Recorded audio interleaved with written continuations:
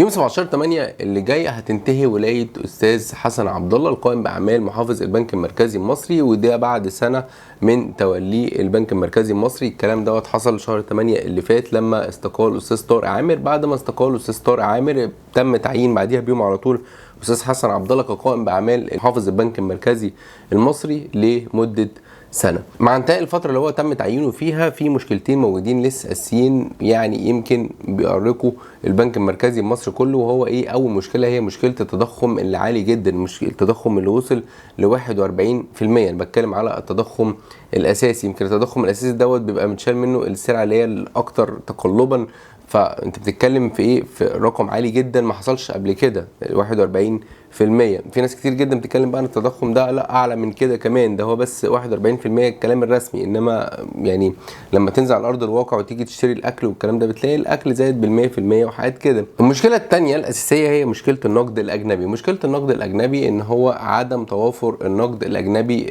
بوفره، فاحنا عندنا مشكله في الاستيراد، ان انت لما بتيجي تستورد في بضاعه كتير جدا موجوده لسه في المينا مش عارفين يفرجوا عنها عشان خاطر مشكله النقد الاجنبي. كمان التداول الدولار في سوق الانتر بنك قليل جدا. الفكره بقى ان عشان الاستاذ حسن عبد الله يعني يتعين بقى لمده 4 سنين اللي هي الولايه بتاعته في البنك المركزي المصري كمحافظ، يعني لازم يعني يكون في انعقاد لمجلس النواب عشان خاطر يوافقوا على القرار. طب دلوقتي مجلس النواب اصلا اجازه، هم دلوقتي الاجازه الصيفيه بتاعتهم، فهم هيبتدوا يرجعوا امتى؟ هيبتدوا يرجعوا في شهر 10 اللي جاي. هل هيتمدلوا مثلا 3 شهور لحد ما يبتدي يرجع تاني مجلس النواب ينعقد، فبعد كده خلاص يقعد بقى ال4 سنين الولايه بتاعته، ولا هيبتدي يتم البحث عن حد تاني؟ اللي اتكلم عن الموضوع ده استاذه منال المصري. استاذه منال المصري من موقع مصراوي. موقع مصراوي اتكلم عن القصه دي وقال لك ان هم بيتوقعوا ان استاذ حسن عبد الله يكمل لفتره اللي هي توصل لحد 4 سنين جايين. هتقول لي اشمعنى؟ هم اتكلموا لاسباب مختلفه. هم جابوا مصادر مصرفيه قال لك ان هم هيمدوا الاستاذ حسن عبد الله 3 شهور دول، وبعد ما هيمدوا هيجي مجلس النواب ينعقد. بعد ما ينعقد هيقول لك ايه؟ هيقعد 4 سنين المده بتاعته ان هو يبقى محافظ للبنك المركزي المصري. طب ايه الاسباب اللي قالها اللي هم الناس المصرفيون اللي هم اصلا ما قالوش اسمهم مع موقع مصراوي، ان قالوا لا ده استاذ حسن عبد الله هو اللي هيكمل لمده 4 سنين كمحافظ البنك المركزي المصري ومش هيجيبوا حد غيره؟ اول سبب معانا قال لك ايه؟ قال لك علاقته كويسه مع المؤسسات الدوليه وصندوق النقد الدولي، اللي هو خلاه ان هو يدي لك القرض اللي هو ايه؟ ب 3 مليار دولار. حصل ان هم ادوك الشريحه الاولى، بعد كده جم المراجعه بقى بعد كده اختلفنا عشان خاطر هم كانوا عايزين يبقى الجنيه يتخفض اكتر من كده، وانت ما خفضتش الجنيه لانه امن قومي، فابتدى ايه؟ ما صرفلكش الشريحه الثانيه. فايه بقى دلوقتي في مفاوضات ما بين استاذ حسن عبد الله وصندوق النقد هم ازاي يتم ان هو صرف الشريحه الثانيه من غير ما يكون في ايه؟ من غير ما يكون يتنفذ كل الشروط بحذافيرها. الحاجه الثانيه والمهمه استقرار السياسه النقديه في ظل الاوضاع اللي موجوده دلوقتي، وان هو ايه؟ ان هو ما سمحش في اجتماعاته الاخيره للبنك المركزي المصري ان هو يزود سعر الفايده، ويعني هو اصلا كان تعرض لضغوط من المؤسسات الدوليه ان انت لازم تزود الفايده لان انت عندك رقم او تضخم رقمه مرعب، بس انت ما زودتش الفايده. انت عندك اخر اجتماعين انت ثبتهم، انت زودت في اجتماع بس 1-2%، واول اجتماع خالص في السنه ثبت. يمكن اول اجتماع اللي هو انت ثبته ما سمعتش لكلامهم في اول سنه خالص، ده كان عمل لك مشكله رهيبه، لان انا شفت كذا تقرير ان المؤسسات الدوليه كانت شايفه ان اول اجتماع في السنه كان المفروض يزود سعر الفايده وهو ما زودوش. فقال لك لا، طب هو المفروض اصلا كان يزوده عشان خاطر نخش نستثمر ونعمل وبتاع، لا احنا مش هنقف بقى نتفرج.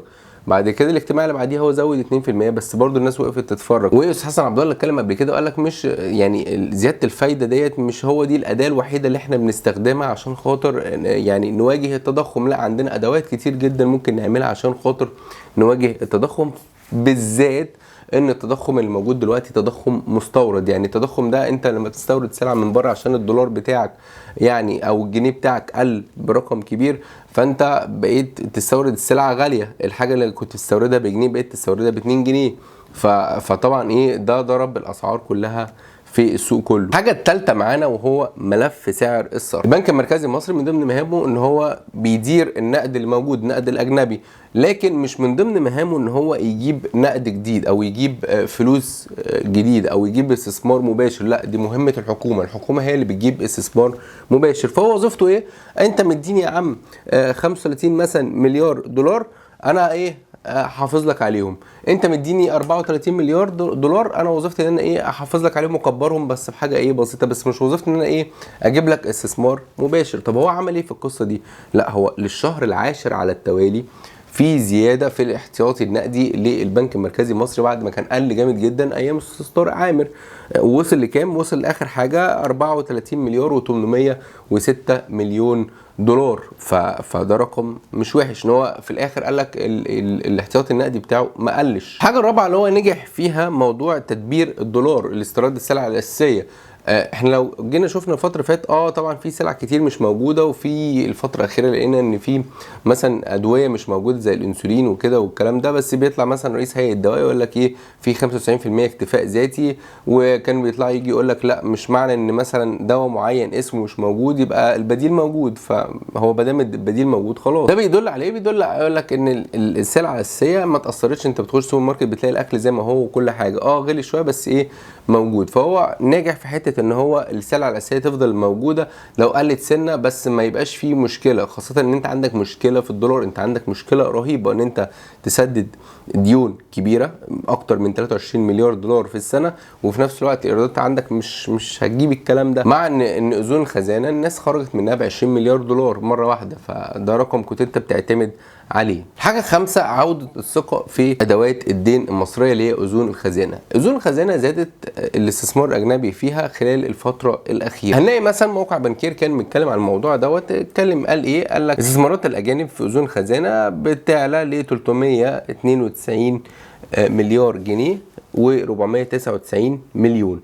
طيب قال لك اهو، قال لك سجلت استثمارات العملاء الاجانب باذون الخزانه بنحو 392 بنهايه ابريل مقابل 379 دوت في نهايه مارس، يعني زياده يعني قدرها 12 مليار جنيه بالتقريب خلال شهر. فده رقم حلو، ان هو برضو راجل بيقول لك ان انا كاحتياطي نقدي بزوده لك، انا عندي موضوع ادوات الدين المصريه الناس ترجع فيها تاني فهو بيزيد.